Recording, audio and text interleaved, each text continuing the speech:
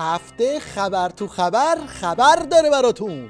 از عظمایی که میخواست میز سوریه رو اونجوری که خودش میخواست بچینه، اما بزبیاری آورد و میزش کلن چپ شد. حالا میخواد یه جوری صورتش رو با سیلی سرخ نگه داره. به ما گفته شده بود که اینها به عنوان ناظر میخوان شرکت بکنن، در حالی که میدانیم اگر امریکایی ها شرکت بکنن به نظارت اکتفا نمیکنن. ما نه موافقیم که به صورت ناظر شرکت کنن نه به صورت فعال. بله، آخوندا فکر میکردن تو این داستان توپو گرفتن و دروازه بشار رو حفظ کردن، اما معلوم شد که رکب خوردن و توپ رفته تو دروازه شون.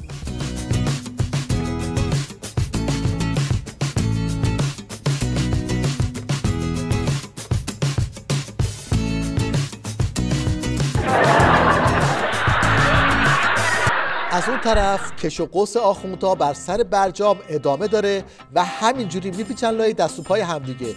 این شما و این سیخ تازه بوفالوی نظام تو پک و پهلوی شیخ فری.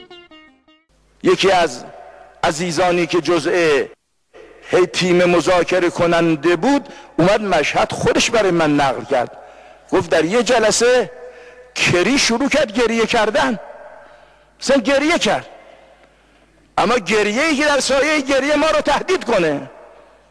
گفت من جز افسران جنگ ویتنام بودم و جنگ ویتنام رو از نزدیک دیدم، از جنگ بیزارم، نمیخوام جنگ را بیفته، و بعد شروع کرد گریه کردن و لذا اومدم به شما اصرار میکنم. خب مگه واقعا اگری برجام نبود جنگ میشد؟ امریکا یه موجودی است که اگر بفهمد میتواند با ما بجنگد و در جنگ به نفع او هست، حتی جنگ صبح رو به زور تأخیر نمیاندازد. بله، آخوندهای لرزون و ترسون تو ترن هوایی بحرانهای نظام به خودشون میپیچن و هنوز چیزی نشده قبض روح شدن.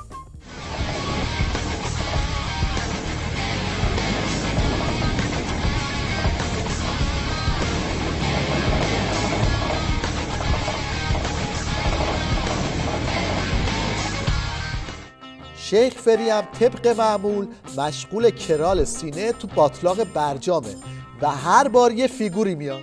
این بار هم سوار ماشین برقی شد تا بگه از صدقه سر برجام از این ماشینا هم دارن.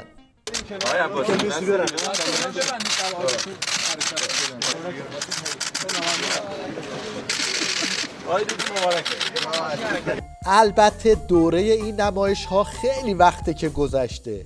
حالا یه نیش گاز کافیه تا روشن بشه ته داستان چیه.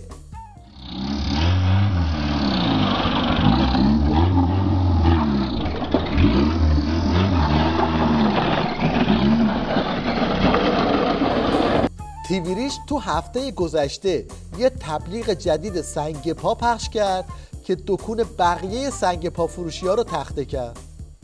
شما قبول داری یه جمله آره یا نه؟ شهرداری هم مقصر بود یا نبود؟ من که قطعا نمیپذیرم که بگم شهرداری مقصر بود. حالا رئیس این سنگ پا که پاسدار خالی باف باشه، همونیه که قبل از شهردار شدن بند و آب داده بود و همین صحنه رو پیشگویی کرده بود. 3 تا خصلت داریم، باید خصلت‌ها رو از خودمون دور کنیم. یکی این که ما یاد گرفتیم که تقصیر رو قبول نکنیم، همیشه توپ رو بذاریم تو زمین یکی دیگه.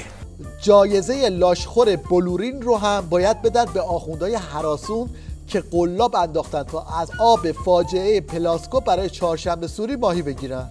و یک اتفاق خیلی خوبه دیگه هم که توی فضای مجازی افتاده، دیدم که پیامک‌های زیاد رد و بدل میشه در مورد چهارشنبه سوری، که بیایم چهارشنبه سوری رو به نحوی برگزار بکنیم که این آتش‌نشانی که این روزها توی این فاجعه‌ای که اتفاق افتاد دارن به سختی زحمت میکشن، دیگه اون روزها دچار سانحه نشن و بتونن مثل همه ما در کنار خانواده هاشون باشن، که امیدوارم این اتفاق امسال بیفته. اینا فکر کردن که با بچه طرفن، فکر کردن با این ادا و اطوارا و چشم‌بندی ها میتونن بر و بکس ما رو گول بزنن.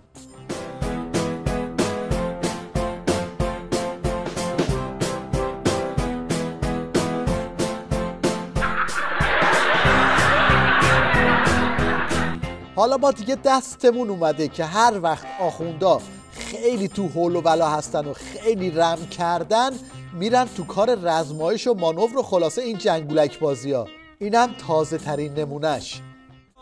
روز مبادای مردمی رمز حماس نغمه امی و جیب ما فتح غریب و نصر الهی نصیب ما جان بر کف اشاره مولایی.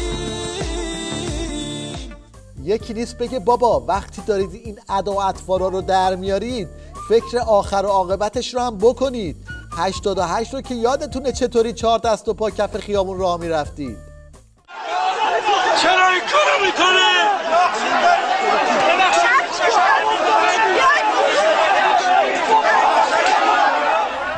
بله این جلو عقب کردن ها آخرش به کله پا شدن ختم میشه.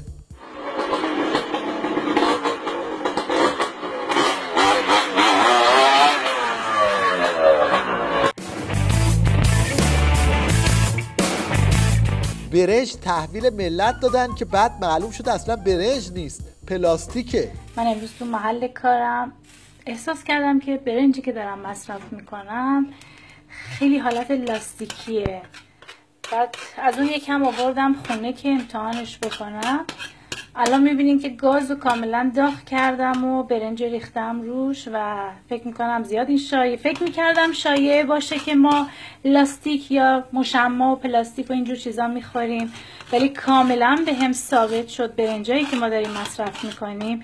نگاه کنید در هر صورت شما برنجو اگه بو بدین روی هر حرارتی بذارین فقط سرخ میشه، ولی این کاملا لاستیکه و نگاه کنین آب شد و چسبید به هم. ازتون خواهش میکنم از هر جایی که برنج میخوایم بخرین، قدیما میخریدن یکم میآوردن خونه امتحان کنن پختشو ببینن، ولی الان بهتره بیاین امتحان کنین که ببینین لاستیک میخواین بخورین یا واقعا برنجه. البته این تنها دستاورد اقتصاد مقاومتی نیست، تولید چرتکه هم یکی دیگه از افتخارات نظام. کار آموزشی محاسبات ذهنی با چرتکه رو داریم برای دانش آموزان بین 5 تا 12 سال که خود چرتکه رو توی کشور خودمون داریم تولیدش میکنیم. حجت الاسلام تانگه یا همون حاج آقا مشنگ و دوله این بار هم طبق معمول به خودش سور زد و تنفر جوونها از آخوندهای حکومتی رو اینطوری برملا کرد. گاهی وقتا بعضی از جوونا با هم قرار میذارن یا تو این کانالات یا تو این سایت ها یا حتی حضوری، میگن یه سوالی بریم بکنیم حاج آقا رو گیر بندازیم. میخوان سوال حالگیری و گیر انداختن و ما که دستامون بردیم بالا، ما که گفتیم خیلی ندانسته های ما از دانسته های ما خیلی بیشتره. حالا بد نیست در قالب لطیفه یکی از این سوالا رو بگم. مثلا بپرسم از شما صدای کدوم درازگوشه که نماز رو باطل میکنه؟ می اومدن سوال میکردن صدای درازگوش نماز رو باطل میکنه؟ از هر آخوندی میپرسیدن. خب بلد نبود، رفته بود جوابشو پیدا کرده بود که 2 نفرن تو بیابون میخوان نماز بخونن، هر چی میگردن آب پیدا نمیکنن. خب این میگه من از این ور میرم، تو هم نقطه مقابل از این ور برو. اگر به جایی رسیدیم که هیچ آب پیدا نکردیم، وقت تنگ بود، دیگه با تیمم نماز بخونیم. هر چی گشتن آب پیدا نکردن، وقت تنگ بود، شروع کردن به تیمم و نماز خوندن. صدای یک الاغی رو شنیدن یکیشون، صدای درازگوش که اومد معلوم شد آب هست، چون حیوان باشه موجود زنده باشه آب هم هست. تا صدای الاغ بلند شد نمازی 2 تا باطل شد. عجب سوال. ببینید گاهی وقتا از این سوالا نمیدونم از کجا میرن پیدا میکنن، میخوان تو سایت مطرح بکنن، تو کانالی، یا میان از ما میپرسن که حال حاج آقا رو بگیرن. بله تازه اینا که حالگیری نیست، حالگیری ندیدی هنوز، دارن برات.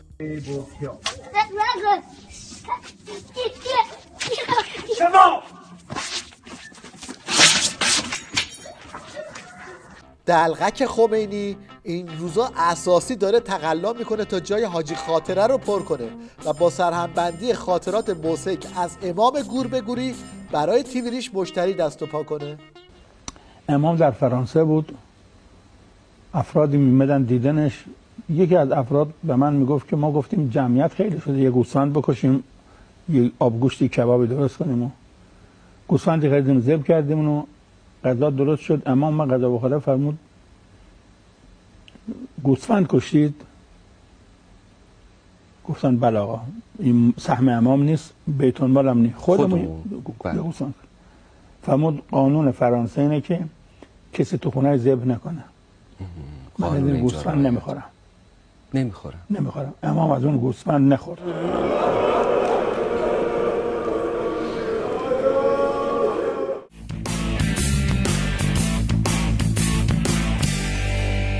این شومن تاریخ در رفته تیوریش یعنی بزبز قندی هم این بار پته تلویزیون خامنه ای رو ریخ رو آب و اعتراف کرد که خودش هم توی تیوریش اضافه است. این برنامه‌ای که دوستان تهیه کننده خود صدا و سیما بیچاره رو گذاشتن این برنامه ما رو ضبط میکنه، 4 سال بهش پول ندادن. که این بیچاره مجبور شد ماشینشو بفروشه، گرفتاری شد، آخرش هم با ما دعواش شد و همین گفتم آقا اینجوری جلسه اینا، گفت آقا حقم داشت، گفت من آقا 2 سال دارم مجانی کار میکنم، بابا ماشینمو فروختم، زندگیمو فروختم. اینا ارزشی نداره. اینجور جاها مشکلات اقتصادی هست، اما یک وقتی یک کسی میخوان بیارن، که دوستان میگفت همین دوستانی که گفتم آقا چرا پولی بدبخت نمیده؟ حالا ما که چیزی ما 4-5 سال ما که مثلا با شما نه کاری دارم یا چیزی ما داریم، این که بیچاره تمام زندگیش گذاشته روی کار، هیچ گناهی کرده.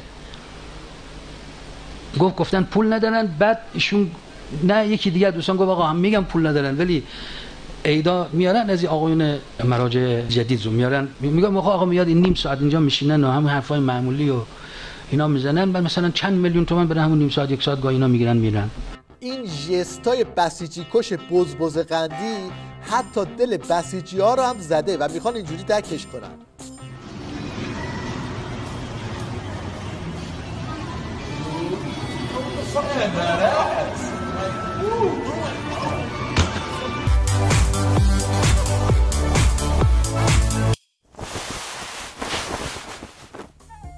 در پایان توجه شما رو به بازارگرمی ویژه یه فروشنده آبادانی جلب میکنیم که هم شیرینه و هم شنیدنی. بدو بیا ایورو بازار مشتری، زمستانی سخت در راه است ها، قرار هوا خیلی سرد بشه. ستاره شناسا با مورخا گفتن سال 95 زمستون آبادان یخیه. امروز هم که اخبار اعلام کرد قرار یه توده یخی از اونور بیاد ایور. فدراسیون پزشکی هم اعلام کرده که مسابقات اسکی امسال تو آبادانه، اسکی جهانی تو آبادانه، پس پیش تابید بیایید بخرید ببرید دم بزنید تا یخ نزدید. از ما گفتن کوکا.